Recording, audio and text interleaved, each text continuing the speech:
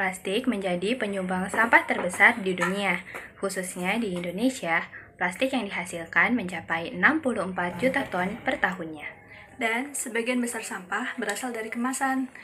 Pada tahun 2015, sampah plastik terbanyak di dunia berasal dari sampah kemasan, sebesar lebih dari 146 juta ton. Di video kali ini kita akan bahas jenis-jenis plastik dan kegunaannya pada kemasan. Selain itu, kami juga akan menjelaskan tentang bahaya jenis-jenis plastik tersebut pada manusia. Jadi, keep on watching! Plastik merupakan salah satu material yang paling banyak digunakan untuk kemasan. Sifatnya ringan, murah, dan mudah dicari, menjadikan plastik sangat digemari. Tapi tahukah kalian jika kemasan plastik menjadi penyumbang sampah paling banyak di laut? Pada tahun 2015, sebanyak 3,2 juta ton sampah kemasan plastik dihasilkan. Bahkan, manusia juga dapat terkena dampaknya. Sampah plastik yang mengecil atau juga disebut dengan mikroplastik dapat termakan ikan, lalu jika ikan tersebut dimakan oleh manusia, maka zat mikroplastik dapat berpindah dari ikan ke manusia. Faktanya, para peneliti menemukan zat mikroplastik pada feses manusia. Maka dari itu, yuk diet plastik. Di kehidupan sehari-hari, seringkali kita melihat penggunaan plastik yang kurang tepat, seperti mengemas makanan dan minuman menggunakan kemasan yang tidak food grade. Contohnya, bakso dan seblak yang dikemas menggunakan plastik kresek, bubur yang dikemas menggunakan styrofoam, dimsum yang dikemas menggunakan mika, dan lain-lain. Yang membuatnya berbahaya adalah makanan tersebut dikemas dalam kondisi panas. Hal tersebut dapat menyebabkan rantai polimer pada plastik terputus dan berpindah ke dalam makanan. Dan apabila masuk ke tubuh manusia, akan berbahaya dalam jangka panjang. Nah, setelah ini akan dijelaskan jenis-jenis dan kegunaan plastik. Yang pertama ada PET. PET merupakan jenis plastik yang memiliki lambang nomor 1. PET biasanya digunakan untuk mengemas air mineral, botol kecap, ataupun saus. Jenis plastik ini hanya dapat digunakan satu kali pakai saja ya.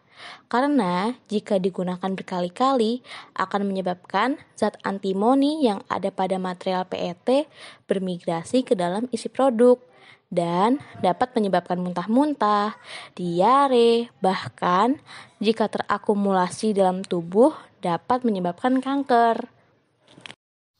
Selanjutnya, jenis plastik nomor 2 yaitu HDPE atau High Density Polyethylene. Plastik jenis ini biasa digunakan untuk kemasan kosmetik, galon, serta kemasan produk pembersih rumah. HDPE memiliki sifat bahan yang lebih kuat, keras, buram, dan lebih tahan terhadap suhu.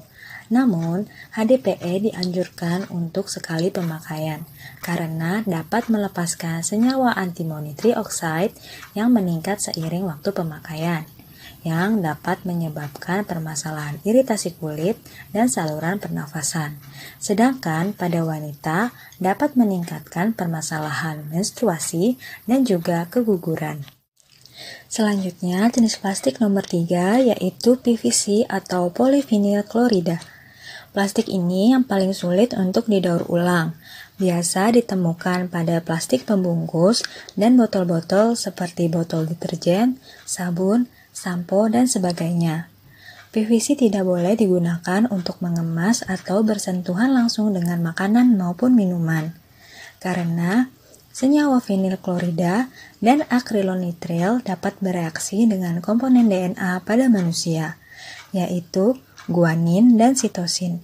Sedangkan denin dapat bereaksi dengan akrilonitril yang juga dapat berpotensi menyebabkan kanker pada manusia.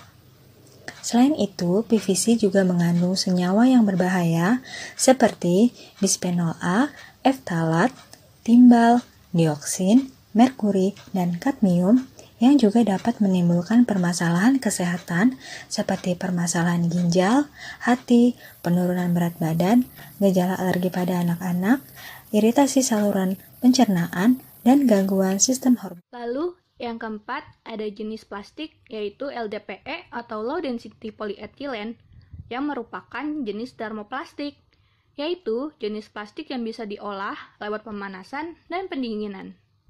Karakteristiknya relatif tipis, lentur, jernih, dan ringan sehingga mudah dijadikan beragam material atau produk. LDPE ini biasanya digunakan untuk kantong plastik supermarket, kemasan roti, kemasan frozen food, dan lain-lain. Bahan ini baik untuk tempat makanan karena sulit bereaksi secara kimiawi dengan makanan yang dikemasnya.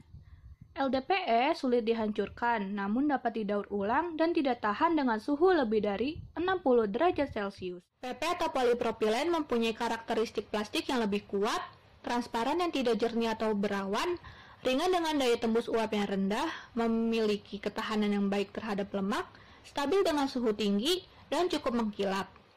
PP ini biasanya digunakan pada tutup botol, kemasan margarin, kemasan yogurt, botol bayi, dan lain-lain. PP digunakan pada botol bayi karena bahannya yang berkualitas dan terbebas dari BPA. Plastik jenis PP ini dapat didaur ulang dan tahan dengan suhu tinggi dengan titik leleh 165 derajat Celcius. Yang keenam adalah polistiren. Bahan kemasan ini biasanya digunakan untuk tempat makan styrofoam. Bahan plastik ini sangat sulit untuk didaur ulang karena harus melalui proses yang panjang. Polistiren adalah polimer aromatik yang dapat bermigrasi pada produk pangan di suhu dan waktu tertentu. Bahan ini, jika ada pada tubuh manusia pada jumlah yang banyak, akan berbahaya pada kesehatan otak, mengganggu hormon estrogen, dan mengganggu pertumbuhan manusia. Dan yang terakhir adalah others. Kode nomor 7 ini terdiri dari beberapa jenis plastik, seperti polikarbonat, stiren akrilonitril, akrilonitril butanit stiren, dan juga nilon. Di antara semuanya, yang berbahaya untuk digunakan adalah polikarbonat. Kenapa?